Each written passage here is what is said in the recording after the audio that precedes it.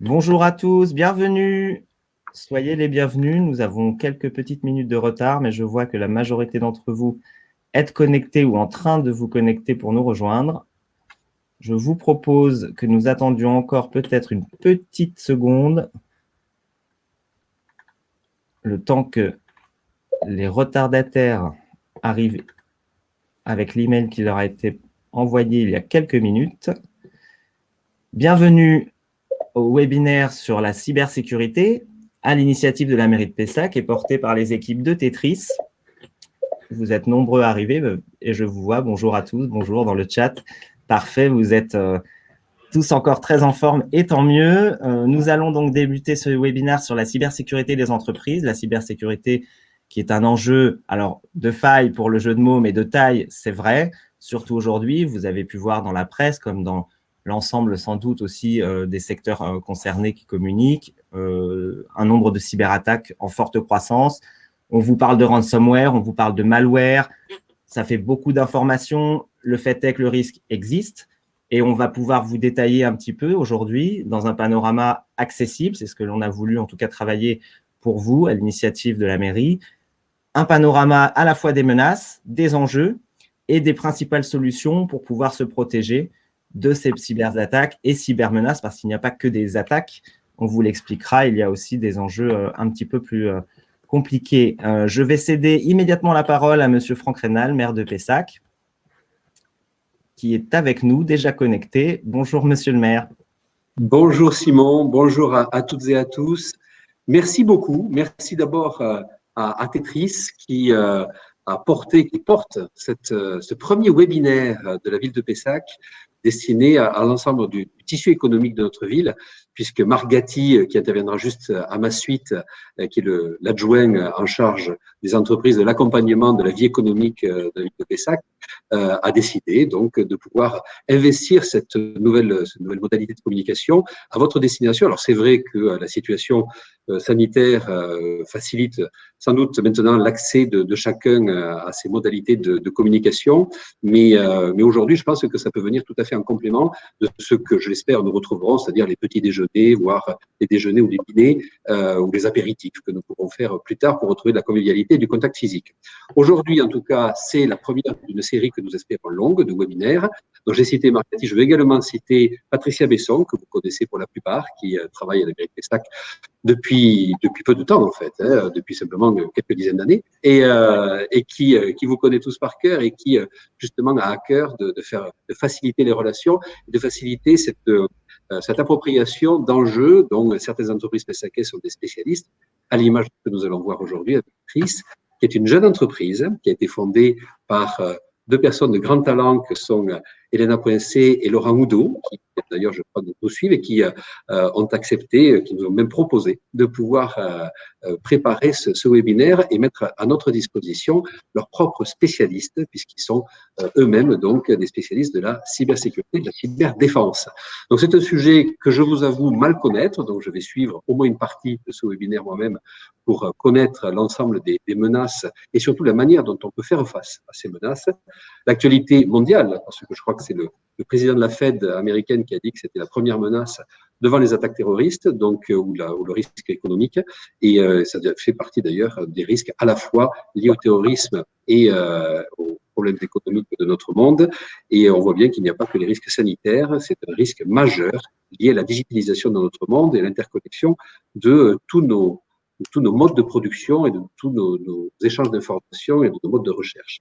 Donc, je ne vais pas être plus long parce que c'est un sujet, encore une fois, dont je ne suis absolument pas spécialiste, mais en tant que maire de Pessac, je suis très heureux de pouvoir vous accueillir sur ce premier webinaire en relation donc avec Tetris, je le répète, je les remercie encore une fois, et qui vont être ce webinaire qui va être animé par Winston Delbé, j'espère que je n'écorche pas votre nom, et Cédric Morujon, qui sont deux experts et consultants en cybersécurité. Merci encore une fois à tous, et maintenant place à ceux qui savent, après l'introduction que Marc Gatti va faire à ma suite. Et donc, c'est la première, comme je disais, premier webinaire, après il y en aura plein d'autres, et j'espère que vous participerez aux autres webinaires également, et à toutes nos manifestations qui sont destinées tout simplement à faire du tissu économique de Pessac un tissu plus convivial, mais plus expert, plus averti et plus efficace pour qu'on soit bien à Pessac pour toute une série de raisons, dont la sécurité économique et la possibilité du développement de votre activité. À très bientôt. Bon webinaire à tous et merci encore. Merci beaucoup, monsieur le maire. Monsieur Marc Gatti, adjoint au maire à l'économie, aux entreprises, l'innovation, la recherche et le Bordeaux Innovation Campus. Bonjour, monsieur Gatti. Bonjour à toutes et à tous. Merci d'avoir bien voulu accepter effectivement d'organiser et de monter ce webinaire. Et merci à toutes et à tous de participer. Et si nous avons décidé, je dirais, d'organiser ce webinaire, c'est pour plusieurs raisons. Comme ça a été signalé, effectivement, c'est à la fois un enjeu national de taille et également de faille. Il y a les deux et vous le verrez, c'est plutôt de taille sur le plan national et de faille sur le plan individuel. Si je me rappelle un petit peu le contexte, la crise sanitaire qui est liée au Covid-19 que nous traversons a mis justement en exergue l'ensemble des attaques que nous subissons à l'heure actuelle depuis des années. Ces attaques semblaient être limitées, on va dire, aux grands groupes, c'est là où effectivement on en parlait beaucoup. Par contre, on voit que ces attaques se répandent un petit peu partout, y compris dans nos hôpitaux, et on en a fait des frais récemment, justement dans l'ensemble des hôpitaux français qui sont justement en train de traiter l'ensemble des patients qui sont liés au Covid. Les cyberattaques, il faut bien comprendre que ça concerne tout le monde, de la start-up au grand groupe. Et il est à noter effectivement que 2020 a été une année explosive avec la multiplication des attaques de type plutôt rançon logiciel en France comme dans le monde. Et si je ferai juste une petite aparté sur la position de l'ANSSI, l'ANSSI qui est l'Agence nationale de la sécurité des systèmes d'information, qui indique avoir traité, on va dire, sur l'année 2020, 192 attaques de ransomware contre 54 en 2019. Donc, vous voyez qu'on est à x4 par rapport à ce qui s'est passé et c'est ce que relève effectivement son patron qui s'appelle Guillaume Poupard. Il y a véritablement, je le cite, une explosion, on va dire, dans le domaine de la cyberattaque. Et nous avons affaire à des petits délinquants, mais surtout à, je dirais, une délinquance organisée qui vise l'ensemble des pépites françaises. Et là, on parle de cybercriminalité et elles peuvent avoir des moyens importants qui peuvent effectivement s'inscrire dans la durée. C'est donc tout naturellement que je laisse la place maintenant à Laurent, cofondateur de Merci Laurent. Bonjour. Bonjour à toutes, bonjour à tous. Merci Franck pour cette introduction et merci Marc aussi pour ces compléments d'informations sur cette actualité. Vous l'avez compris, nous vivons dans un monde où absolument tout est en train de se connecter. Bon, évidemment avec différentes vitesses en fonction des pays, mais globalement, même dans les pays qui sont en phase d'émergence, tout se connecte. Et dans les pays qui sont extrêmement connectés à Internet, vous avez dans les maisons, par exemple, des frigos qui sont connectés, où les gens passent un article devant un QR code et ça va lire pour savoir si le produit est toujours présent, parce que ça va peser. Il y a des équipements comme ça qui sont en train d'arriver. Tout ça pour dire quoi? C'est que vous avez des aspirateurs, des frigos, des téléphones, des télévisions. Tout est en train d'être connecté. Et il y a même de la recherche pour... Alors là, bon, c'est du délire, mais il y en a qui le font pour connecter même carrément les humains, leur cerveau, ou tout simplement pour des raisons médicales. Vous pouvez mettre des choses sous la peau pour pouvoir avoir quelque chose avec une intimité entre vous et des services médicaux, etc. Tout ça pour dire quoi? Que nous allons vers un cyberespace avec probablement plus de 50 à peut-être à terme 100 milliards, en tout cas 50, c'est certain, d'équipements de type objet connecté et de toute façon objet tout court connecté à Internet. Ça veut dire que nous allons avoir une dépendance encore plus forte. Et du coup, si quand on achète un produit lui-même, il ne contient pas les éléments de base de sécurité, et c'est le cas pour la plupart des produits dans le monde, vous utilisez tous Windows et vous entendez tous sans arrêt parler du fait que tiens, il y a des piratages sur les systèmes d'exploitation Windows avec des demandes de rançon et compagnie, on pourrait en parler. Ça veut dire que la dépendance des humains face à ces technologies, elle est croissante. Et le problème, c'est que sur ces 30 dernières années, les solutions de sécurité n'ont pas vraiment suivi le niveau de croissance au niveau armement. C'est-à-dire qu'il y a des gens sur la planète qui fabriquent des armes informatiques et qui les vendent à des groupes mafieux, qui les vendent à des cybermercenaires, qui les vendent à des services d'espionnage. Et il y a aussi des services d'espionnage qui se fabriquent leurs propres armes. Et avec ça, après, ça veut dire qu'ils ont la capacité à pénétrer dans le cyberespace. Et le problème, c'est que ce cyberespace, c'est ce que je disais avant, s'il est connecté à la vraie vie, avec un frigo par exemple, à la fin, ça veut dire qu'il y a un impact directement sur nos vies perso. Et c'est comme ça que dans nos hôpitaux, on voit effectivement des patients qui se retrouvent avec des systèmes de gestion au niveau médical qui sont déconnectés. On n'a plus la traçabilité des médicaments qui ont été proposés les dernières heures ou ceux qui doivent être donnés plus tard, sauf si, et c'est la procédure évidemment dans le milieu médical, mais quand même c'est gênant, on repasse en mode papier. Vous avez des avions qui ont été piratés, vous avez des guichets automatiques bancaires qui ont été piratés, absolument tout a été piraté, même des satellites, tout a été piraté. Alors ça veut dire quoi? Ça veut dire que si il y a des gens qui ont une capacité trop forte, avec un niveau trop élevé, pour pirater n'importe quoi sur la planète, eh bien, l'humanité va avoir de gros problèmes, un petit peu comme, j'ai envie de vous dire, l'époque du Far West, c'est-à-dire aux États-Unis où tout le monde partait avec la ruée vers l'or, et c'était un peu la cacophonie avec une entropie très forte où tout pouvait arriver par la force. C'était plus le pouvoir de la force que une organisation avec des règles juridiques, des écosystèmes qui se respectaient, etc. Et c'est ce qui est en train de se passer sur Internet. Internet est trop neuf. Internet est trop nouveau. Et justement, il n'y a pas de vraies règles. Les règles sont en train de naître. Les écosystèmes sont en train de naître, mais tout le monde profite à la fois de pouvoir agresser ou de pouvoir essayer de se protéger. En tout cas, tout le monde essaye. Vous l'avez vu sûrement dans la presse aux États-Unis fin d'année dernière, fin 2020, les États-Unis se sont réveillés en découvrant qu'ils étaient piratés depuis plus de 9 mois, avec probablement l'une des opérations d'espionnage les plus fortes jamais organisées sur la planète, et personne n'a rien vu. Est-ce qu'ils étaient protégés? Est-ce qu'ils avaient les outils? Oui, ils disent qu'ils ont les meilleurs outils du monde, qu'ils ont les leaders en informatique, etc. Et en cybersécurité, en sécurité informatique. Ce qu'on a appris, en fait, c'est que non, c'est faux. Finalement, l'espionnage a trop fonctionné. Alors, qu'est-ce qui va se passer, du coup, dans tout ça? Parce que le but, c'est de se protéger, le but, c'est de survivre. C'est de ne pas subir ce Far West en se disant, je prends ma calèche, je passe d'un endroit à un autre sur Internet, et je vais peut-être avoir des brigands qui vont me tomber dessus. Ce qui est en train de se passer, c'est qu'il y a des forces positives qui s'organisent et qui cherchent au niveau scientifique, au niveau technologique, des solutions, comme dans le milieu médical, comme dans n'importe quel milieu d'ingénierie. Et ils cherchent et ils prennent problème par problème et ils essaient de trouver des solutions. Et on a de la chance parce que sur Pessac, effectivement, nous, c'est là où nous sommes positionnés. On adore cette ville et on adore son positionnement bordelais et néo-aquitain pour de multiples raisons qui sont probablement les mêmes que vous si vous êtes aussi en local comme nous. Mais c'est vrai que c'est un vrai combat. Il faut maintenant organiser la lutte contre l'asymétrie des moyens offensifs par rapport aux moyens défensifs qui ont perdu en puissance, qui ont perdu en splendeur. Et c'est ce que nous faisons. Et d'autres entreprises, évidemment, dans le monde essayent de le faire aussi. Et les solutions existent. Les solutions sont très complexes, elles sont très sophistiquées, en fait, mais elles marchent. Et c'est assez rassurant. C'est comme ça que, par exemple, nous, même si on est en local que 140 sur Pessac, on est déployé dans 96 pays dans le monde et on a remplacé enfin, par exemple, des produits comme les antivirus qui sont un petit peu dépassés.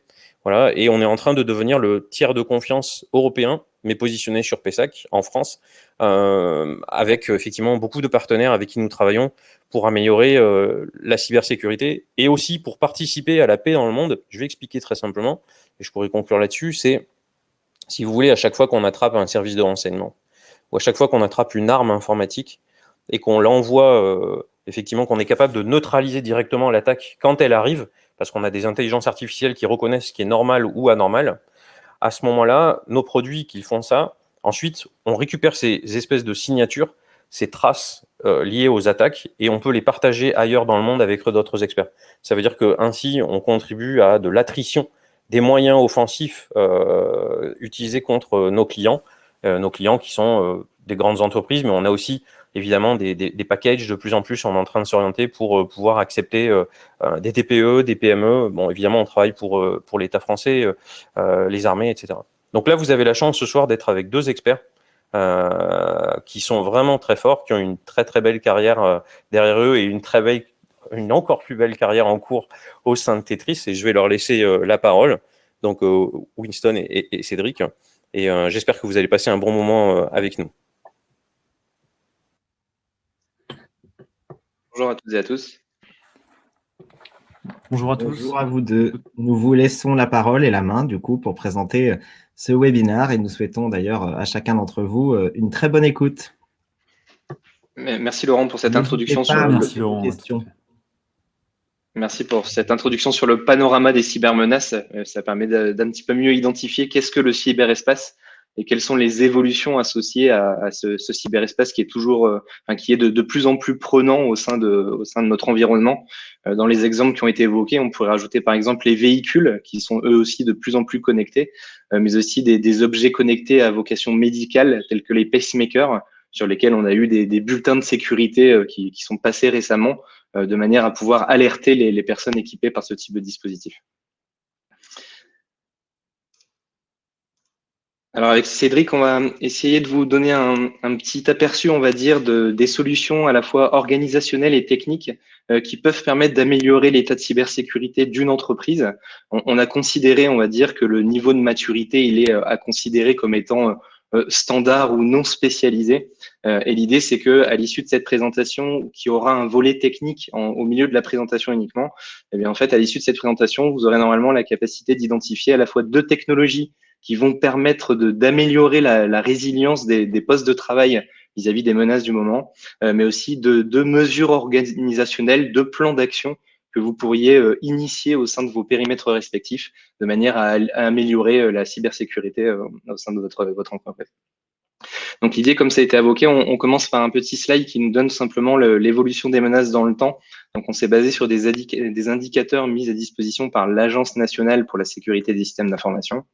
Et en fait, ce qu'il est important de retenir, c'est que cette visibilité qu'on peut avoir sur l'ensemble des sollicitations qui ont été faites auprès de l'Agence nationale ne correspond un petit peu qu'à la partie visible de l'iceberg. On a énormément d'entreprises qui se font attaquer, qui se font compromettre, voire qui subissent, on va dire, des campagnes d'espionnage. C'est bien souvent peut-être ce dont on entend le moins parler, mais qui peut avoir le plus d'impact sur le domaine économique d'une entreprise. Et en fait, on a des attaquants qui se spécialisent et qui vont avoir la capacité de rester de plus en plus longtemps sous les radars au sein des systèmes d'information d'entreprise. Et de cette manière, ils vont pouvoir collecter de l'information sensible pendant de nombreux mois, voire des fois sur certaines campagnes pendant plusieurs années. Donc l'idée, c'est que on en entend tous de plus en plus parler, ça passe dans les médias, dans la presse en permanence. Et l'idée là, c'est de vous dire pourquoi. Tout simplement, ce qu'il faut savoir, c'est qu'au courant de l'année 2019, on avait encore des groupes d'attaquants qu'on pouvait considérer comme étant immatures. Donc il y avait déjà des groupes d'attaquants qu'on pouvait appeler comme étant des groupes dits spécialisés, des groupes d'attaquants sophistiqués, mais c'était une minorité et les attaques qu'ils allaient mener étaient en quantité faible et allaient cibler, on va dire, certains types de victimes uniquement. À cette époque, ils utilisaient ce qu'on appelle un rançongiciel, donc c'est un programme malveillant, ce qu'on pourrait dénommer comme étant un virus. Et ce programme malveillant, il a la capacité de chiffrer, donc de kidnapper vos données et de rendre impossible l'accès à cette donnée. En 2019, il y avait pas mal de groupes d'attaquants qui utilisaient déjà ces techniques dites de rançongiciel. La chance, on va dire, pour certaines de leurs victimes et leurs problématiques était qu'ils n'avaient pas de spécialistes en tant que développeurs. Ce sont les gens qui créent les programmes. Et de fait, il y avait souvent des vulnérabilités dans les programmes malveillants. Donc, ça permettait aux équipes spécialisées de pouvoir récupérer de la donnée sans avoir à demander l'autorisation, on va dire, à ces groupes d'attaquants. C'est ce que j'ai voulu faire apparaître comme étant un chiffrement parfois immature, puisqu'en fait, d'un point de vue mathématique, quand on va chiffrer une donnée, si on utilise un algorithme de chiffrement qu'on considère comme étant robuste, eh bien alors, on ne peut pas aller à l'encontre des mathématiques. En gros, c'est une force qui a valeur absolue, en tout cas dans une période de temps définie. Et quand une donnée est chiffrée, si c'est fait dans de bonnes conditions, c'est ce qu'utilisent la plupart des mécanismes qu'on connaît comme les échanges entre paiements par carte bleue ou ce genre de choses.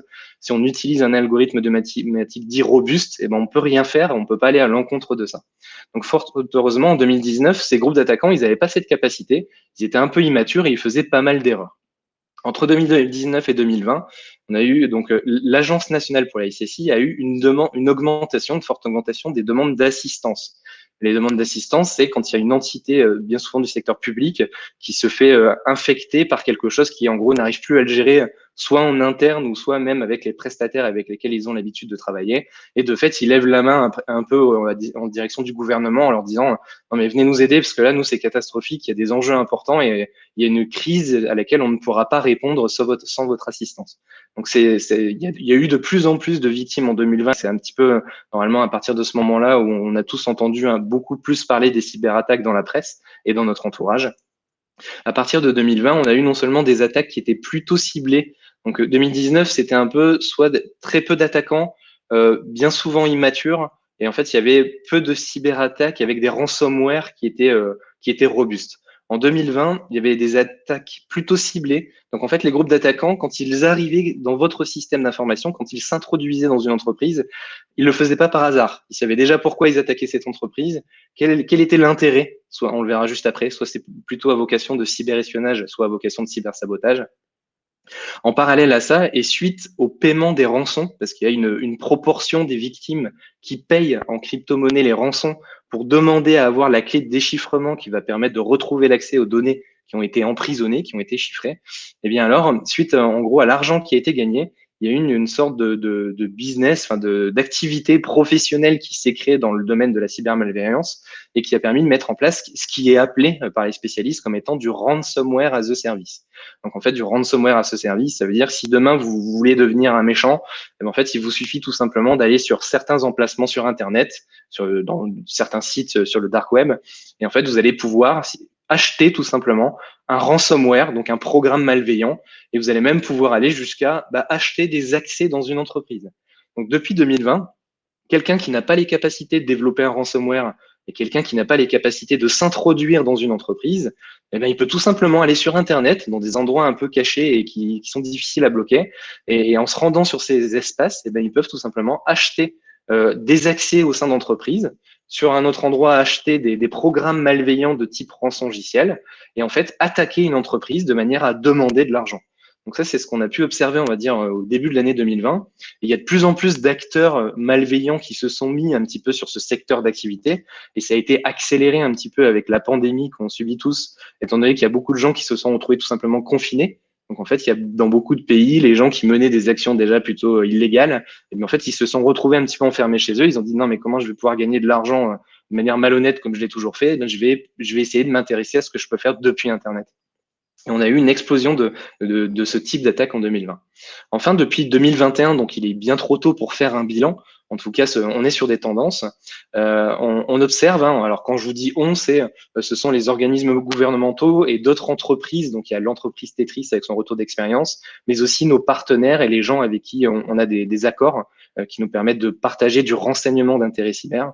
Eh bien, en fait, on constate une augmentation de la durée d'une attaque entre ce qu'on verra après, Cédric le présentera, entre l'intrusion initiale et l'étape finale. Donc on le reverra après, mais l'idée c'est de se dire, avant un attaquant, quand il allait s'introduire dans votre périmètre, il allait souvent prendre 2-3 semaines, voire plus, et ça permettait à vos équipes, à vos informaticiens, de détecter des anomalies et de dire, tiens, attention, il se passe quelque chose sur mon serveur, c'est pas normal, je vais regarder ce qui se passe. Maintenant, on constate encore cette semaine, il y a eu une intrusion où en gros, l'intrusion initiale, c'est en soirée. Donc, ça pourrait être, par exemple, ce soir à 18h, début de l'intrusion au sein de l'entreprise. Et le lendemain matin, à 5h du matin, tous les ordinateurs sont chiffrés, tout le système d'information de l'entreprise est bloqué.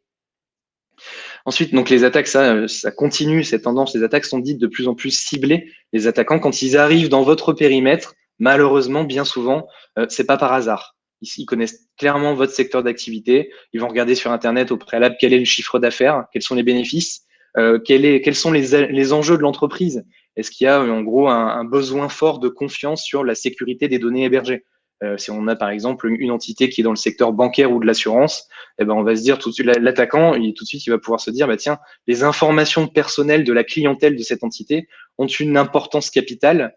Et de fait, c'est ce qui est observé de plus en plus, avant de faire ce qu'on appelle détonner un ransomware, avant de bloquer le système d'information, ils vont tout simplement exfiltrer de la donnée. Donc, en gros, ils vont voler vos informations sensibles en toute discrétion avant de faire détonner le ransomware. Et malheureusement, on va dire, ce qui fait que quand le ransomware, quand les ordinateurs sont bloqués, parce qu'il y a un logiciel qui demande à payer une rançon, eh bien, en fait, le groupe d'attaquants, non seulement il va vous contacter, ils ont même mis en place des moyens sécurisés permettant de le faire, Mais dans les échanges, en fait, il va vous rappeler qu'avant de faire ça, il a volé vos secrets, soit industriels, soit confidentiels personnels, soit bancaires. Et de fait, ils vont accélérer la pression pour demander le paiement de la rançon. Ensuite, je l'ai évoqué tout simplement, le tout secteur d'activité, notamment le secteur médical qui était plus ou moins épargné. Là-dessus, malheureusement pour nous, je pense que les groupes d'attaquants font une erreur où au courant de l'année 2020, il y a eu beaucoup de cliniques privées, notamment aux États-Unis, qui ont été ciblées et qui avaient pas mal d'argent et qui de fait ont payé pas mal de rançons pour rendre le service le plus rapidement possible. Et malheureusement, du coup, depuis, les groupes d'attaquants, ils considèrent que tout ce qui est petits et moyens hôpitaux, petites et moyennes cliniques, en fait, ils considèrent que ce sont des cibles privilégiées qui vont pas pouvoir répondre correctement à la menace et ne faire que payer et de fait se retrouver bloqués. Alors malheureusement, en tout cas en France, c'est apparemment pas le cas. Et ce qu'il faut garder en tête, c'est que non seulement tous les spécialistes s'accordent à dire de ne pas payer les rançons parce que ça ne fait que nourrir ce secteur d'activité malveillant, mais en plus de ça, et ça arrive aussi de plus en plus souvent, il y a eu des acteurs qui ont payé la rançon pour essayer de déchiffrer les fichiers. Et bien en fait, il y a eu des fois où en fait 15 jours ou un mois après, ce groupe d'attaquants se réintroduit de nouveau dans le système d'information et va de nouveau faire détonner un ransomware et demander à payer la rançon. Ou alors une fois que la personne a payé la rançon, ils vont revendre les informations qui avaient été volées de l'entreprise. Donc malheureusement, ce n'est pas une solution que de payer la rançon. On préconise fortement de plutôt faire intervenir des équipes spécialisées de manière à pouvoir identifier ce qui s'est passé et y remédier correctement pour ne pas que ça se reproduise. Ensuite, donc la typologie des risques, chez Tetris, on a l'habitude, on va dire, de définir deux familles. On a ce qu'on appelle le cyberespionnage, donc qui a été évoqué précédemment. Le cyberespionnage, on a plutôt bien souvent affaire à des groupes d'attaquants qui sont dits sophistiqués, des gens qui ont des moyens quasiment illimités, des gens qui sont constitués d'équipes de plusieurs dizaines, voire plusieurs centaines de spécialistes. Ah, je remets juste le slide.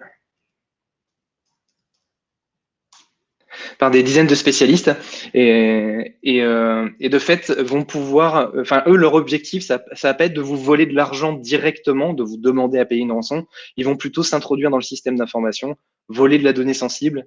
Une des attaques dont on entend assez peu parler en France, mais qui est très répandue en ce moment dans le monde, notamment pour les gens qui utilisent des services basés sur Office 365, en fait, il y a des attaques qui vont permettre de configurer des recopies de boîtes email. Et en fait, de fait, l'attaquant, alors, ça se voit pas dans la boîte email, mais en fait, les groupes d'attaquants vont être mis en copie de l'ensemble des boîtes email qu'ils ont choisies.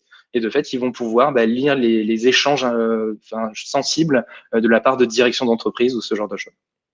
Enfin, c'est classique, tout ce qui est piratage de périphériques, micro et caméras, puisque je voulais tout simplement le rappeler. N'oubliez pas, on parle souvent de tout ce qui est protection du endpoint, du poste de travail et des serveurs, mais il y a aussi une évolution des menaces où en fait on a de plus en plus de souches malveillantes, de programmes malveillants qui s'orientent sur les périphériques mobiles.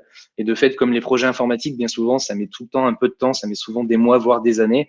L'idée est de vous dire, dès maintenant, pensez à la cybersécurité de vos périphériques mobiles que sont les smartphones, voire les tablettes.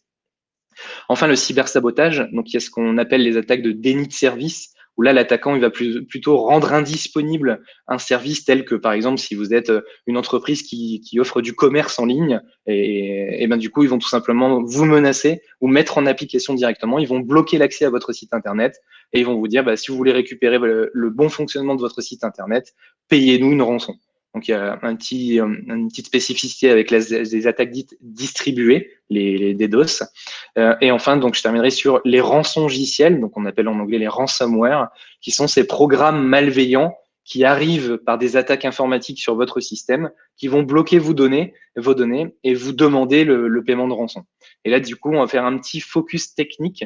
On va ouvrir une petite parenthèse permettant de détailler qu'est-ce qu'une campagne rançongicielle, comment ça se passe, quels sont les moyens technologiques, donc quels sont d'un point de vue technique, comment on peut répondre à ces problématiques spécifiques à l'informatique. Et enfin, on reviendra sur une vue un petit peu plus globale, où on vous proposera quelques conseils organisationnels vous permettant d'initier les démarches ou de vérifier, on va dire, que ce qu'on appelle l'état de l'art est déjà en place ou initié au sein de vos organismes respectifs.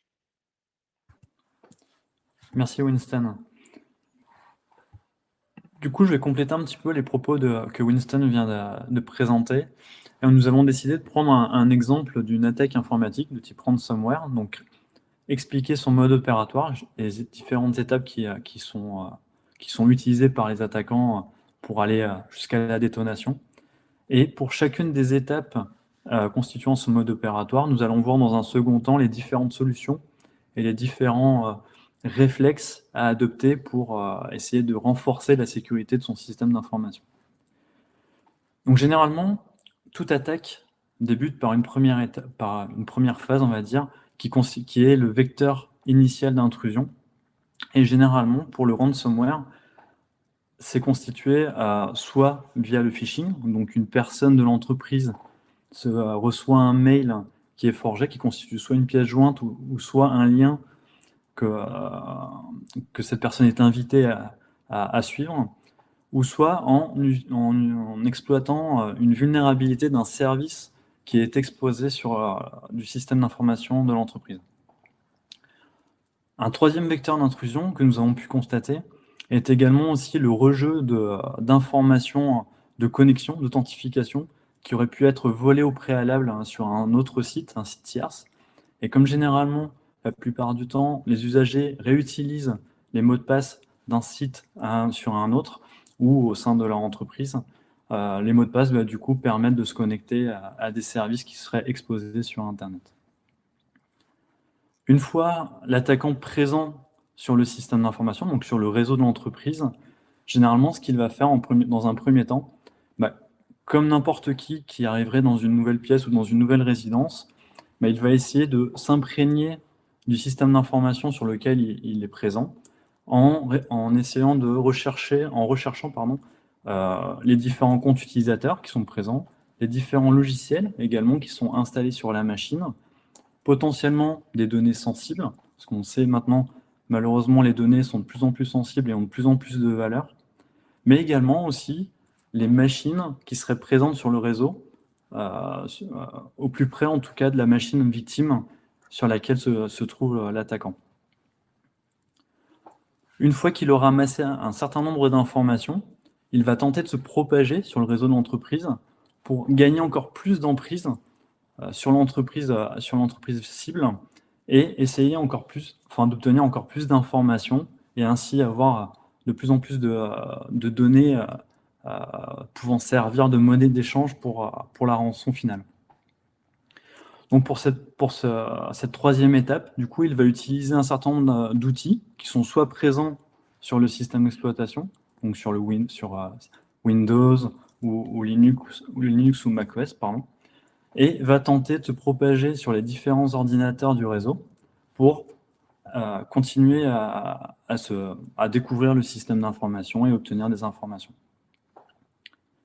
Une fois qu'il aura obtenu toutes ces informations utiles et sensibles, il va tenter de les exfiltrer. Donc là, encore une fois, nous allons voir un petit peu les bons réflexes qui pourraient limiter cette étape d'exfiltration. Et l'objectif, c'est pour lui de récupérer toutes ces informations, pouvoir les stocker sur ses serveurs propres, personnels, pour après pouvoir s'en servir comme monnaie d'échange auprès de l'entreprise en disant écoutez, voilà, j'ai réussi à récupérer, donc ça peut être soit des données financières, soit des données plus industrielles qui ont de la valeur pour l'entreprise, et pour pouvoir utiliser ces données-là en termes de monnaie d'échange. Une fois les données exfiltrées, donc en la possession de l'attaquant, à ce moment-là, l'attaquant va décider qu'il n'a plus d'action à mener sur le réseau de l'entreprise victime, et il va décider de rentrer dans cette cinquième étape qui consiste à chiffrer les données. Donc il va, comme Winston le disait tout à l'heure, il va lancer la détonation, donc il va détonner le ransomware. Ce ransomware, lui, il n'a que comme action, on va dire, principale, que de chiffrer, et malheureusement c'est la plus importante, de chiffrer l'ensemble des données qui sont présentes sur les machines de l'entreprise pour les rendre inaccessibles de l'usager.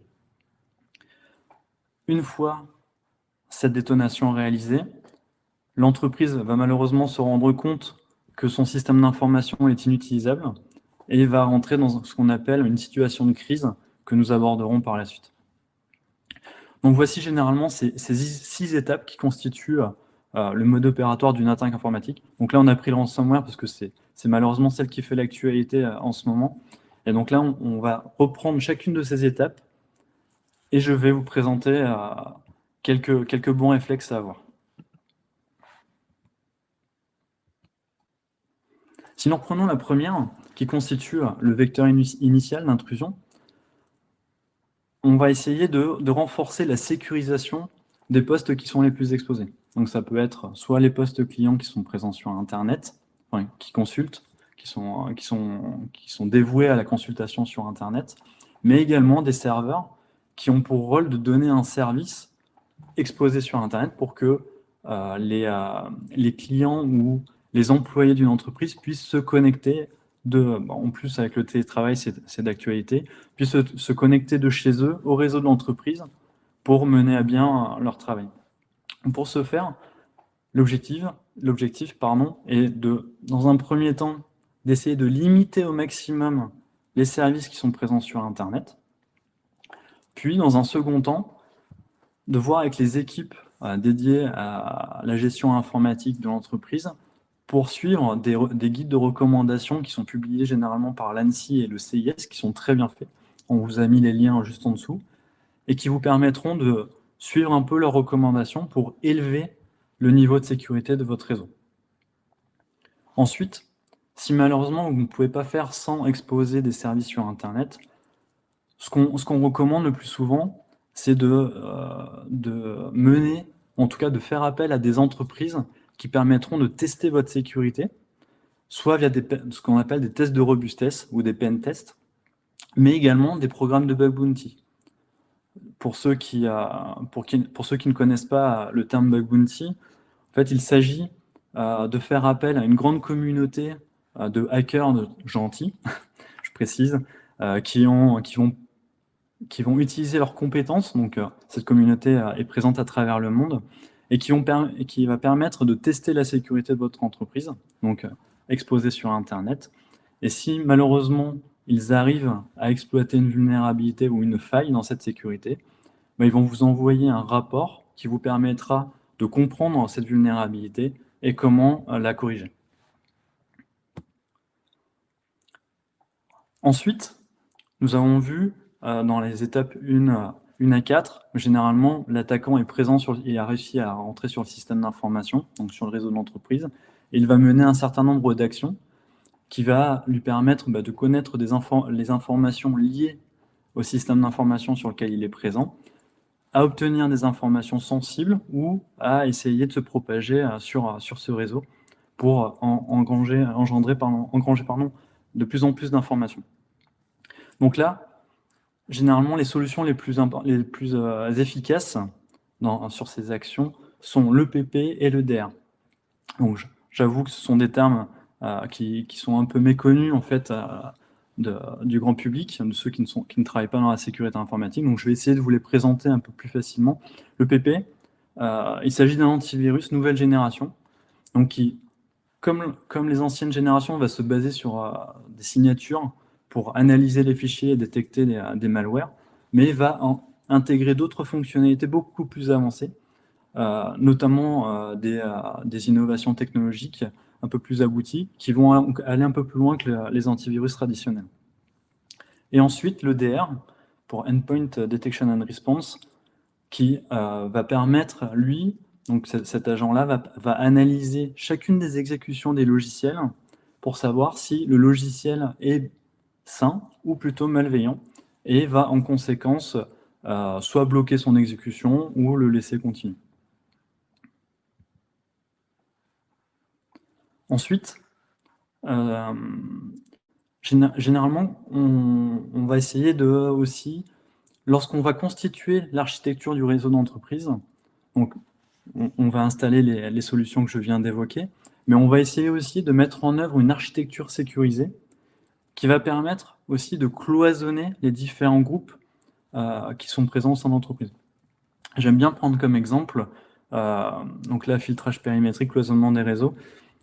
Au sein d'une entreprise, par exemple, un ordinateur qui serait présent dans une usine de production ne doit pas pouvoir communiquer avec les ordinateurs qui sont dédiés à la comptabilité. L'objectif, c'est simple, c'est de faire en sorte de cloisonner un maximum les usages pour que si, par exemple, un ordinateur se fait compromettre, ce sera d'autant plus difficile à un attaquant de pouvoir compromettre le reste du réseau d'entreprise.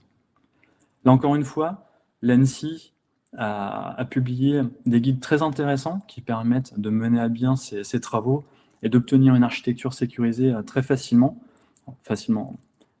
pour des personnes qui sont habituées à tous ces termes, bien sûr, mais qui vont vous permettre en tout cas de vous aider à sécuriser votre architecture. Je ne l'ai pas évoqué, mais c'est vrai que tous ces bons réflexes que je présente et que nous allons aborder avec Winston vont permettre aussi de mettre en place ce qu'on appelle la défense en profondeur. C'est-à-dire que ça va permettre de ralentir la progression de l'attaquant le plus possible. Et ce que nous souhaitons, c'est tenter, plus il va mettre de temps à évoluer au sein de votre réseau, plus donc il sera ralenti et plus il risque d'être démotivé et de passer à une autre cible, sans aller jusqu'à la détonation du ransomware. Donc c'est vraiment ça, tous ces bons réflexes vont vous permettre de sécuriser petit à petit chacune des parties de votre réseau ou de votre système d'information pour essayer de ralentir au maximum la progression de l'attaquant. Concernant tout ce qui est découverte du système d'information, la propagation, l'exfiltration, donc nous avons vu l'architecture sécurisée. Il y a aussi la partie politique de sécurité qui est très importante à prendre en compte, qui commence par maîtriser son système d'information. Souvent, des grands groupes rachètent des petites entreprises et essayent de s'étendre comme ça en prenant des parts d'entreprises du même secteur. Faut bien prendre en compte, en tout cas prendre connaissance, que suite à un rachat, il est important de maîtriser le réseau de cette nouvelle entreprise qui a été rachetée et de faire en sorte que ce réseau-là soit sain avant de l'intégrer dans son propre réseau qui est maîtrisé. On n'est pas à l'abri, quand c'est comme ça, de malheureusement faire rentrer le loup dans la bergerie. Et si par exemple, on a racheté ou on intègre un réseau qui contient des postes déjà infectés, du coup, nous ne sommes pas à l'abri d'infecter à notre tour notre réseau d'entreprise. Autre bon réflexe également, ce qu'on appelle le maintien en conditions de sécurité, qui permet de veiller à ce que chacune des briques logicielles utilisées par nos employés, donc ça va du navigateur en Firefox, Chrome, jusqu'à la suite Office ou des logiciels un peu plus spécifiques, de veiller à bien appliquer les mises à jour de sécurité. Parce que, comme le disait Laurent lors de l'introduction, ou Winston tout à l'heure, malheureusement, chaque logiciel utilisé contient des vulnérabilités qui seront découvertes plus ou moins tardivement, et qui seront exploitées par des attaquants. Donc l'objectif, c'est de mener une veille sur ces vulnérabilités qui sont publiées et essayer d'appliquer autant que possible, en tout cas, parce que malheureusement, ce n'est pas possible dans toutes les circonstances, mais autant que possible d'appliquer les mises à jour de sécurité. Et enfin, restreindre les droits des utilisateurs à leur juste besoin. Là, ça va aussi également avec l'architecture sécurisée, c'est de faire en sorte qu'un utilisateur qui n'a pas besoin, de restreindre les accès à un utilisateur au juste besoin d'en connaître. Voilà. Ça, c'est vraiment très important. Je l'évoquais pour la première étape qui était le vecteur initial de l'intrusion. Donc, nous avions vu, je vous avais présenté soit une attaque par phishing ou exploitation de vulnérabilité, mais je vous avais également évoqué le fait qu'un attaquant rejoue un couple login-mot de passe, donc nom d'utilisateur, mot de passe qui était présent ou qui avait été volé sur un site tierce qui présentait une vulnérabilité. Donc, il est très important, et malheureusement, je pense que vous l'entendez dans chacun des webinaires dédiés à la sécurité, de faire en sorte que un mot de passe ne sert qu'à un usage. Un mot de passe est dédié à un site web ou à un service. C'est très important parce que malheureusement, si un site web, si la base de données liée à un site web se fait compromettre, du coup, votre mot de passe est connu des attaquants et du coup, ces attaquants peuvent rejouer ces mots de passe-là pour s'introduire sur votre réseau d'entreprise. Pour ça, on vous a mis un logiciel qui est gratuit, KeePass, et qui est très, très facile d'usage, qui va permettre de créer un fichier dans lequel seront stockés la plupart des mots de passe que vous utiliserez. Et si vous n'avez pas d'idée concernant les mots de passe à générer, il le fera pour vous. Il vous proposera des mots de passe d'une longueur assez suffisante pour pouvoir être assez robuste. Et tous ces mots de passe-là seront stockés dans ce fichier qui passe, que vous pourrez utiliser ou ou stocker sur une clé USB en fonction de votre usage. Concernant l'exfiltration, là c'est très difficile de le détecter et de s'en protéger, mais néanmoins il existe des solutions.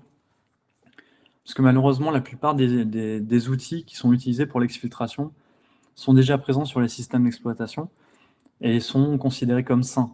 Néanmoins, il existe des solutions, donc, comme je vous le disais, qui vont permettre d'analyser les différentes connexions réseau qui sont réalisées par les postes clients ou les serveurs et qui vont permettre de détecter soit un usage intensif de la bande passante ou soit des connexions inhabituelles, par exemple durant la nuit,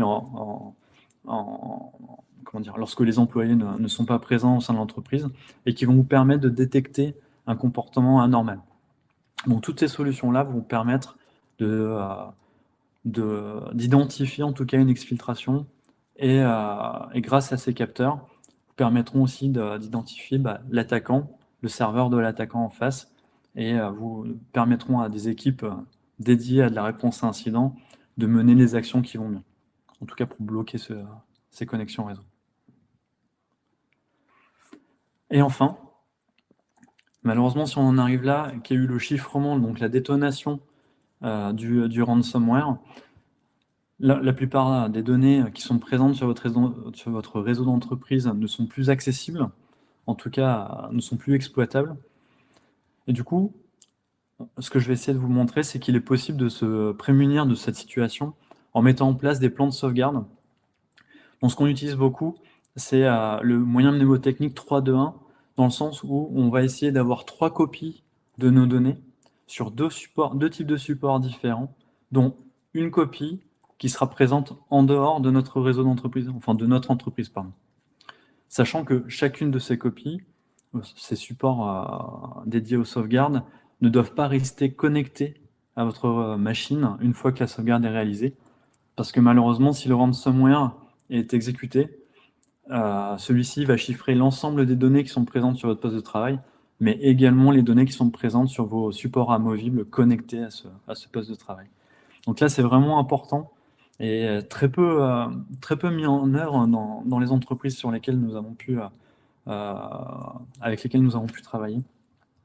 Donc c'est un plan de sauvegarde et une solution de sauvegarde, c'est très très simple à utiliser, très simple à mettre en œuvre, sachant que la plupart des systèmes d'exploitation comme macOS ou Microsoft Windows ou Linux offrent des solutions gratuites qui permettent de mettre en œuvre ces sauvegardes et de se prémunir de perte de données.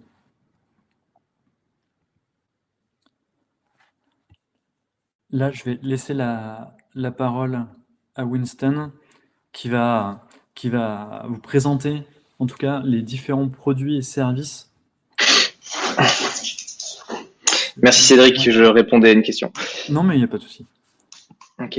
Alors du coup, on a voulu tout simplement vous imager un petit peu les propos un petit peu techniques qui ont été faits vis-à-vis des solutions évoquées. Donc l'idée, c'était tout simplement de vous dire, il est naturel pour quel que soit notre secteur d'activité et surtout pour les non spécialistes, à partir du moment où on va créer un bâtiment, que ce soit pour faire construire une maison ou un bâtiment professionnel ou un local sur un terrain, peu importe, on va tous avoir le réflexe de se dire, tiens, si j'y mets une porte, je vais y mettre une serrure. Et du coup, on a voulu un petit peu transposer de cette manière. Actuellement, quand il y a des spécialistes en cybersécurité qui arrivent devant une entreprise qui est compromise, que ce soit un système d'information, enfin quand c'est un système d'information qui est compromis, nous en fait, on pourrait transposer ça. On arrive devant un bâtiment. Et quand en fait, on va poser la question, quelles que soient les équipes spécialisées, quand ils vont vous poser la question de savoir, mais quels sont les moyens de sécurité que vous avez mis en place sur votre système d'information, bien souvent, les gens considèrent qu'avec un antivirus, c'est suffisant, on est sécurisé, puisque c'est un message qui a été communiqué de l'an 2000 à 2015. C'était dans toutes les campagnes de sensibilisation. L'idée était de dire, prenez un logiciel antivirus, comme ça vous êtes sécurisé. Malheureusement, du coup, il y a eu une évolution qui fait que les charges malveillantes, les programmes offensifs et les groupes d'attaquants savent désormais s'affranchir de cette technologie, outrepasser un antivirus. C'est d'ailleurs désormais quelque chose qu'on enseigne dans les écoles en informatique en France. Alors, l'idée, c'est pas de dire, attention, même en France, on est en train de former des apprentis pirates. L'idée, c'est plutôt de démontrer que d'un point de vue technologique, c'est une solution qui est désormais à considérer comme étant dépassée à l'image de la clé qui est ici affichée. Ensuite, Cédric a évoqué des technologies que sont l'EPP ou l'EDR. L'EPP, on peut le considérer comme étant un antivirus nouvelle génération. Donc, il va un petit peu corriger les anomalies ou les limitations des produits type antivirus. Donc, déjà, première chose, si vous avez des antivirus sur vos postes de travail, eh bien, la bonne question serait de se dire, tiens, est-ce que j'ai un antivirus ou un EPP? L'EPP, par ses capacités, on va dire, étendues, il va permettre de mieux répondre aux menaces du moment, qui sont l'intrusion par une campagne de phishing ou lorsque vous avez un utilisateur qui consulte un site Internet et que ce site Internet contient du code malveillant qui peut automatiquement affecter le poste de la victime, eh bien, l'EPP a la capacité de protéger, de remédier à ça. Ensuite, il y a l'EDR, c'est une techno, on a répondu dans les questions du chat. L'EDR, c'est une technologie qui a la capacité de dire si un jour la machine est compromise ou si un jour j'ai un doute sur ma machine, enfin sur une ou des machines, que ce soit un ordinateur ou un serveur, eh ben, en fait, on va pouvoir mettre en place de la remédiation. Donc, soit il y aura une remédiation manuelle qui va permettre à des équipes spécialisées d'isoler le système d'information, donc de bloquer les accès réseau de l'ordinateur, ou à distance et dans le respect de la confidentialité des données qui sont hébergées, de regarder si le poste est compromis, s'il est dans un état sain ou s'il est dans un état un petit peu dangereux. Mais l'EDR a surtout une capacité dite de remédiation automatique. Et c'est une technologie qui est hyper importante de nos jours, puisqu'en fait, grâce à l'EDR, si un jour il y a un groupe d'attaquants qui arrive le soir à 21h et que vos équipes informatiques ou vos équipes de spécialistes ne sont plus disponibles et qu'elle fait détonner son ransomware le lendemain matin à 5h du matin, comme on le voit de plus en plus, eh bien en fait, si on n'a pas une réponse automatique, en fait, oui, vous serez informé le lendemain par vos équipes d'informaticiens qu'en fait, il y a eu une attaque et que les attaquants ont bloqué le système, mais vous serez fort probablement informé au préalable par l'ensemble des utilisateurs qui n'ont plus accès à leurs données métiers. Et l'idée, donc, c'est de dire, préconisation, vous voyez plutôt la mise en place d'un EPP et d'un EDR. Donc, alors, juste pour l'image, en fait, quand on est sur l'antivirus, donc l'idée, c'est de vous dire, on a simplement une vieille clé qui, clairement, est facile à outrepasser, qui n'est plus d'actualité. Si vous avez soit un EPP, soit un EDR, votre niveau de maturité, il est un petit peu plus standard, on va dire, vis-à-vis d'une clé qu'on pourrait utiliser pour une porte de service d'un garage. Et enfin, si vous avez réellement des informations sensibles, des choses à protéger, alors, des choses qui, il faut faire attention, des fois, bien souvent, les gens se disent, non, mais moi, j'ai pas d'informations qui intéresseraient les hackers. Des numéros de carte bleue d'utilisateurs, savoir combien est rémunéré telle personne dans l'entreprise, combien vous achetez vos fournitures. Enfin, en fait, on sait tous très bien, on va dire, qu'on a beaucoup de secrets d'intelligence économique à protéger. Et de fait, il est clairement utile et important d'essayer d'atteindre ce niveau de maturité en termes de protection du système d'information. Donc ça, c'était pour les solutions techniques. On a vraiment essayé de faire un petit volet technique et on revient un petit peu, on prend un petit peu de recul sur les mesures organisationnelles. Donc là, on ne connaissait pas précisément la cible, quels sont vos attendus, et on vous remercie pour les questions qui nous permettent d'identifier un peu mieux quels sont les attendus un petit peu de la communauté des entreprises de Pessac, de manière à pouvoir mieux répondre sur les prochains webinaires. Et l'idée est de vous dire, si actuellement, clairement, vous êtes pas mature en cybersécurité au sein de votre entreprise, vous voulez tout simplement soit initier le processus, ou faire un petit état de où vous en êtes, eh bien l'idée c'est de vous dire, l'Agence nationale pour la SSI, l'ANSSI, met à disposition ce qu'on appelle un guide d'hygiène informatique. Ce guide d'hygiène, vous pouvez le télécharger gratuitement. Il est accessible, donc en gros, j'entends par là, un non spécialiste en cybersécurité, un informaticien qui lit le contenu d'un guide d'hygiène informatique, va en comprendre l'ensemble et aura la capacité de vous dire, bah tiens, sur le sujet numéro 12, nous on l'a déjà fait ou ça on l'a pas fait. Et clairement, déjà, juste de faire un petit état de comment vous en êtes par rapport au guide d'hygiène informatique, c'est vraiment une très bonne étape. Et enfin, alors il y a eu des questions aussi sur ce sujet, si vous avez déjà, on va dire, une certaine maturité en termes de cybersécurité, sur la protection de vos postes, la sensibilisation régulière de vos utilisateurs, etc., eh bien enfin, sachez qu'il y a une norme ISO L'ISO, ça parle à tout le monde.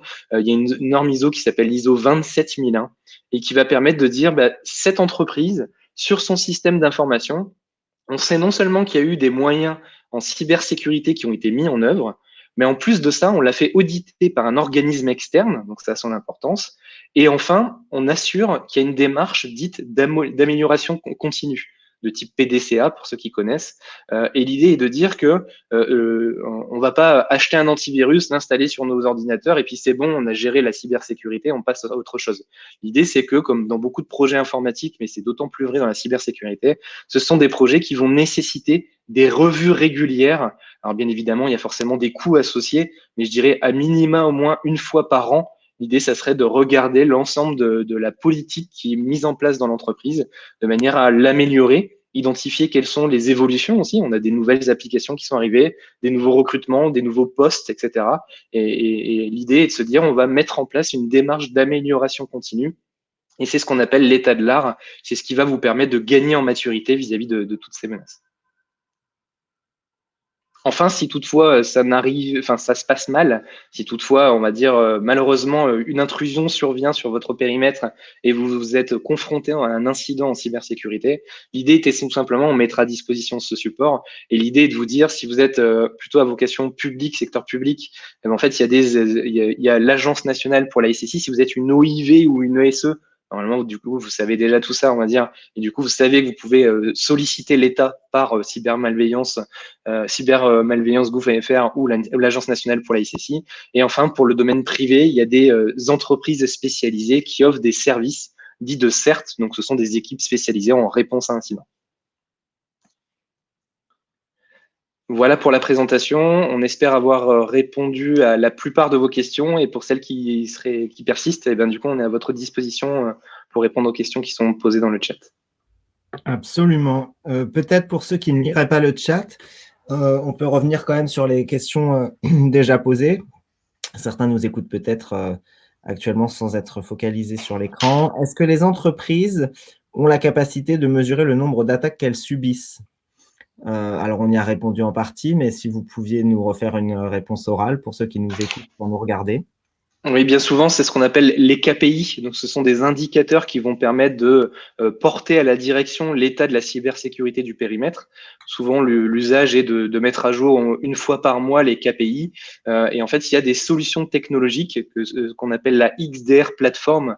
Donc, c'est une sorte de serveur qui va permettre d'interconnecter tous les produits de cybersécurité, quels qu'ils soient, et de fait que vous ayez des attaques en cybersécurité qui vont cibler vos serveurs exposés de l'Internet, votre boutique en ligne, votre serveur de messagerie Exchange, ou votre ordinateur Windows ou Mac, ou votre périphérique mobile professionnel, eh bien alors l'ensemble des événements de cybersécurité vont remonter au sein de ce serveur centralisé qui bien souvent est dédié à chacun des comptes clients et qui va permettre de générer automatiquement des rapports, du reporting. Et grâce à ça, on va pouvoir avoir en permanence non seulement un état de la cybersécurité des événements qui ont lieu sur le périmètre, mais en plus, ça va aussi permettre de définir des tendances, ce qui a son importance, puisque bien souvent, quand on a des budgets qui sont accordés pour améliorer le niveau de cybersécurité, l'idée, c'est de montrer que les travaux qui ont été menés permettent de diminuer le nombre d'attaques qui auraient réussi, on va dire, à avoir un impact sur le système. D'accord. Juste pour préciser peut-être, donc plutôt pour ceux qui sont vraiment pas des connaisseurs, la XDR Platform, c'est une plateforme, en fait, c'est un peu le master produit. C'est une plateforme holistique de cybersécurité. Winston vous disait qu'elle interconnecte en fait l'ensemble des produits, elle les fait travailler entre eux, elle récupère leurs informations. Et finalement, elle remédie évidemment automatiquement et neutralise les cyberattaques. En revanche, derrière, ce que Winston précise, donc les KPI, qui sont les indicateurs clés, vous sont transmis, à savoir vous avez une visibilité sur l'ensemble des parcs protégés et à ce titre, elle va remonter l'ensemble des informations, attaques, intrusions, comportements anormaux, une fois qu'elle y a remédié. Donc, ce n'est pas comme si, en plus, elle attendait votre go pour faire quelque chose. C'est-à-dire qu'en général, vous avez les KPI une fois que le problème est déjà résolu. En revanche, ce n'est pas parce que c'est automatisé que vous perdez la visibilité sur l'ensemble de l'historique. C'est juste ce que je voulais préciser, peut-être pour être un petit peu plus encore générique, Winston. On nous demande si l'hôpital de Dax a récupéré sa capacité de travail. C'est une bonne question. On n'en a pas réentendu parler.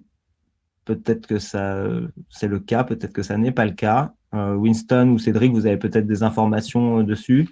Alors, pas sur l'hôpital de Dax, mais en tout cas, de manière générale, sachez que malheureusement, les entités qui sont ciblées par des attaques de type ransomware, clairement, bien souvent, l'impact majeur, hein, l'indisponibilité, elle peut être rapidement étendue à plusieurs semaines, voire plusieurs mois. On a souvent des perturbations pendant au moins 2 mois. Donc, l'idée, bien souvent, quand c'est comme ça va être de contenir l'attaquant, d'identifier ce qui s'est passé et de rétablir le service dans les meilleurs délais.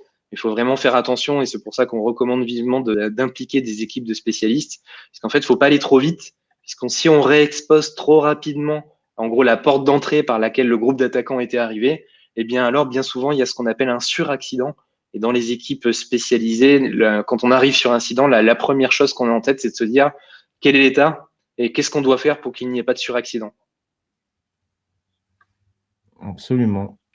On nous demandait à combien sont estimées les pertes financières liées à la cybersécurité en France. Alors nous, on a le chiffre monde, effectivement, qu'Ingrid reprécise dans le chat, à savoir qu'on est sur du 1000 milliards de dollars en 2020, ce qui est 50% de plus qu'en 2018, donc vous voyez bien sur 2 années. Mais 1000 milliards déjà sur du mondial, c'est énorme, c'est absolument énorme. Est-ce qu'il est prévu que des campagnes de sensibilisation pour les gérants de sociétés au renforcement... Alors, est-il prévu des campagnes de sensibilisation pour les gérants de société au renforcement de la sécurité des SI? C'est justement ce dont vous parliez, Winston et Cédric, avec l'ANSSI, l'ensemble des guides proposés par le site notamment de l'ANSSI. C'est là que sont les dispositifs de sensibilisation. On a évoqué simplement le guide de l'hygiène mis à disposition sur le site de l'ANSSI. Par contre, il y en a vraiment beaucoup qui vont répondre à des besoins spécifiques, tels que le nomadisme. Si vous avez des gens qui sont amenés à voyager régulièrement en train, en avion, ça se fait moins bien évidemment en ce moment, ou en vélo, pourquoi pas. Du coup, ça reste du nomadisme et du coup, il y a des guides spécifiques qui vont vous permettre de protéger les informations en cas de déplacement. Et il y a plein d'autres cas qui sont couverts. Merci Winston. Est-ce que le fait de se connecter avec un ordinateur professionnel sur un réseau Wi-Fi, à domicile bien sûr, augmente le risque d'intrusion, même s'il est équipé d'une connexion VPN? Alors, s'il est équipé d'une connexion VPN, d'un point de vue technique, ça limite le risque, puisqu'en fait, même si un attaquant était présent au sein du même réseau local, ou même du même LAN, on peut mettre en place des attaques qu'on appelle de type man in the middle, l'attaque de l'homme du milieu, où en gros l'attaquant pourrait intercepter le trafic. Et sous réserve que vous utilisiez un VPN qu'on peut considérer comme étant robuste, donc ce sont plutôt des VPN de type IPsec qui vont utiliser plusieurs facteurs d'authentification du MFA, et bien alors on pourrait considérer que même s'il y a une interception du trafic, l'attaquant ne pourrait rien faire. Et c'est pour ça qu'il faut être vigilant. Tout à l'heure, il y a eu la question, je crois, à savoir, est-ce que les particuliers sont de plus en plus ciblés? Oui. Pour l'instant, on n'a pas directement, on va dire, de chiffres. En tout cas, nous, directement, on n'a pas travaillé sur des incidents. Mais en tout cas, on est plusieurs à avoir pensé à ce use case, enfin à cet exemple. En fait, il pourrait arriver que quelqu'un est en télétravail chez lui connecté au Wi-Fi. Et il y a aussi l'ordinateur de l'enfant ou du conjoint ou de la conjointe qui est actuellement connecté.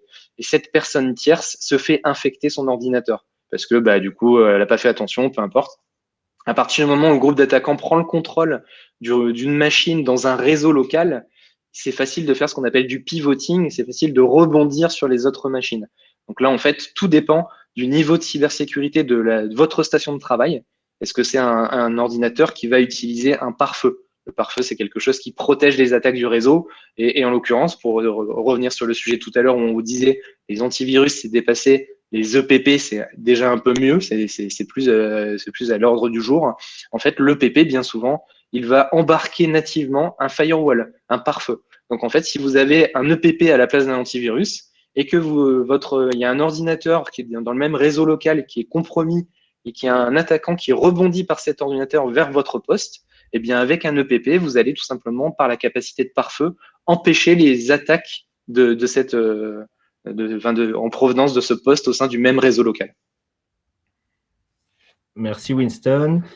On a également Olivier qui nous demande, au vu de l'évolution de ces cyberattaques, est-ce que vous créez des partenariats avec des entreprises du BTP, type informatique industrielle ou électricien, pour déployer de plus en plus de sociétés pour assister les entreprises? Alors du coup, peut-être pour respécifier la question, Olivier, des partenariats sont mis en œuvre, oui, pas avec des entreprises dites du BTP, mais avec des intégrateurs informatiques.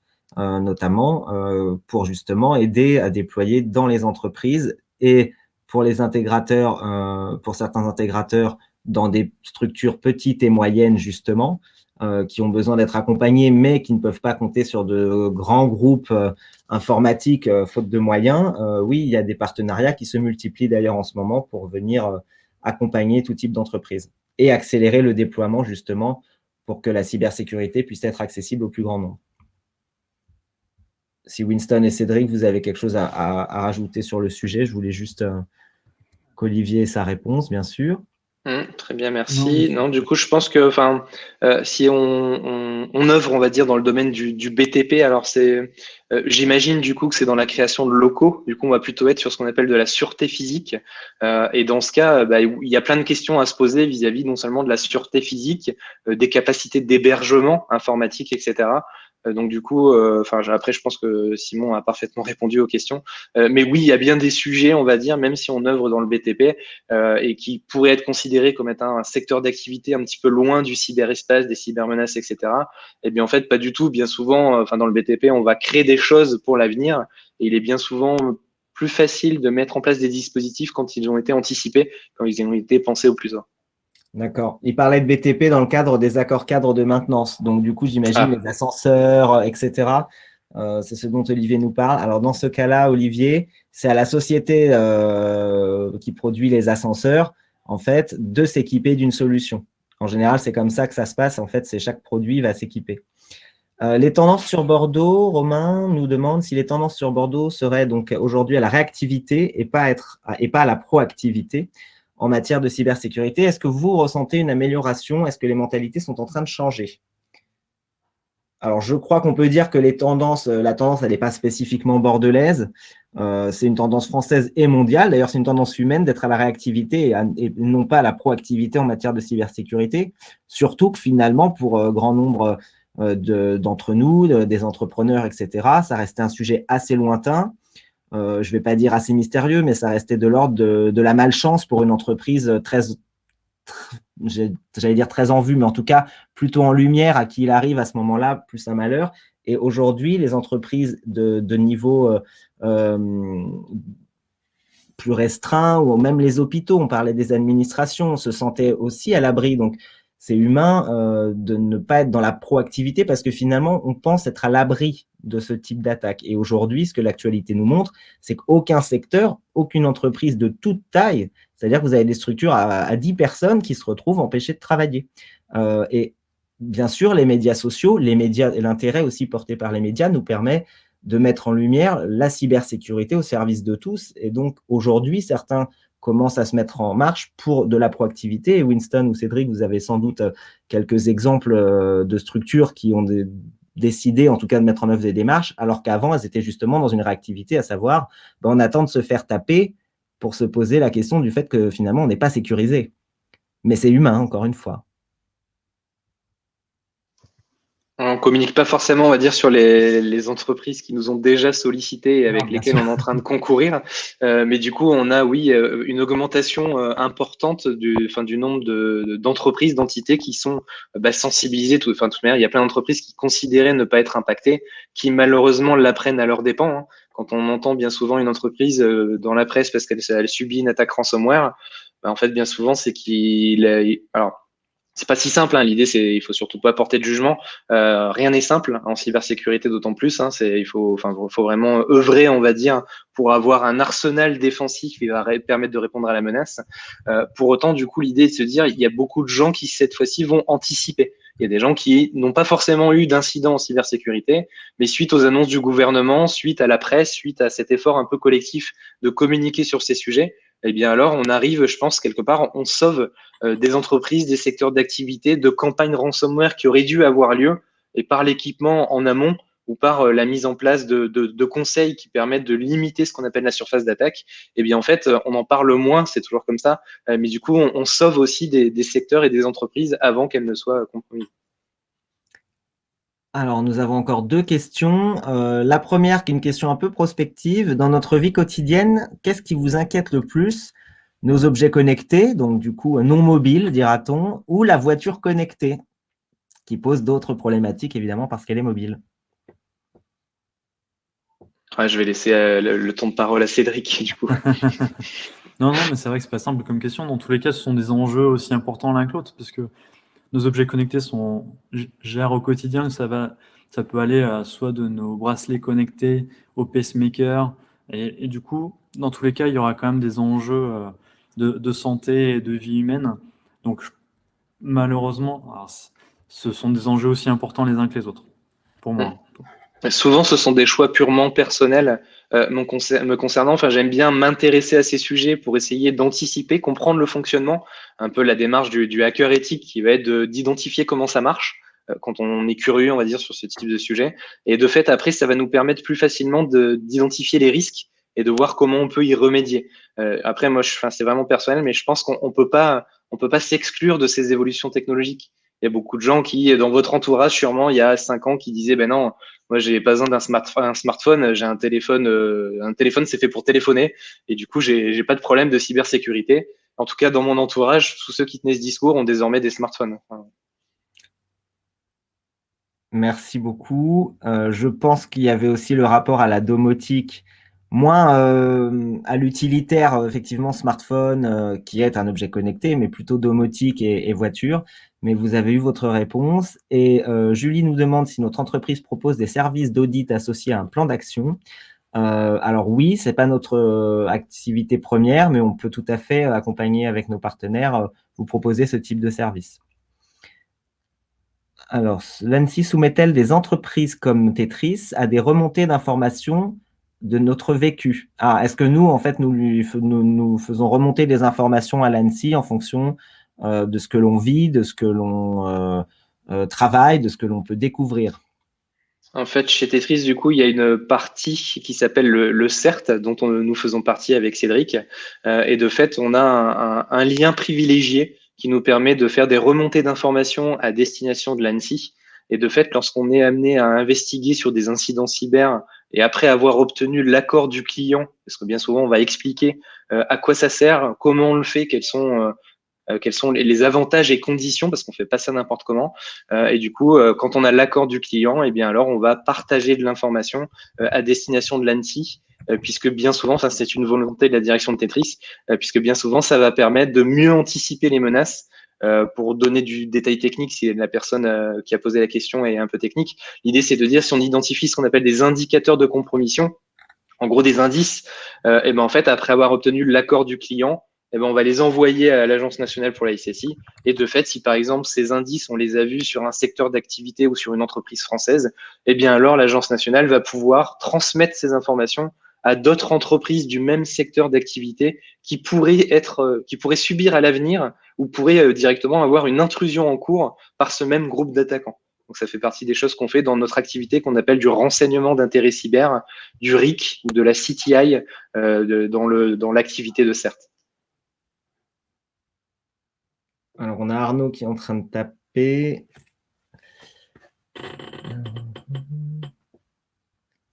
Ah, donc Olivier nous pousse un peu plus. Il demande si nous, à titre personnel, en tout cas, plutôt vous, du coup, les experts techniques, vous limitez au maximum vos objets connectés malgré tout dans votre quotidien personnel, évidemment.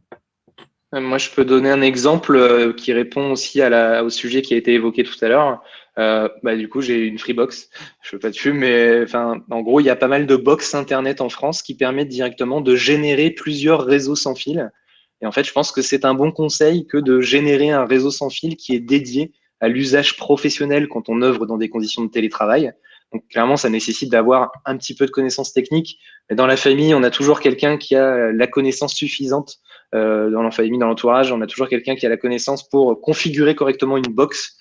Et de fait, il est assez aisé de mettre en place un réseau Wi-Fi distinct avec une clé robuste, en WPA2 par exemple, avec une longueur assez importante et une entropie forte, pour ceux qui suivent ces termes, de manière à pouvoir tout simplement segmenter le réseau, puisque c'est une bonne pratique à mettre en œuvre au sein des entreprises, mais aussi au sein du domicile lorsqu'on est en télétravail.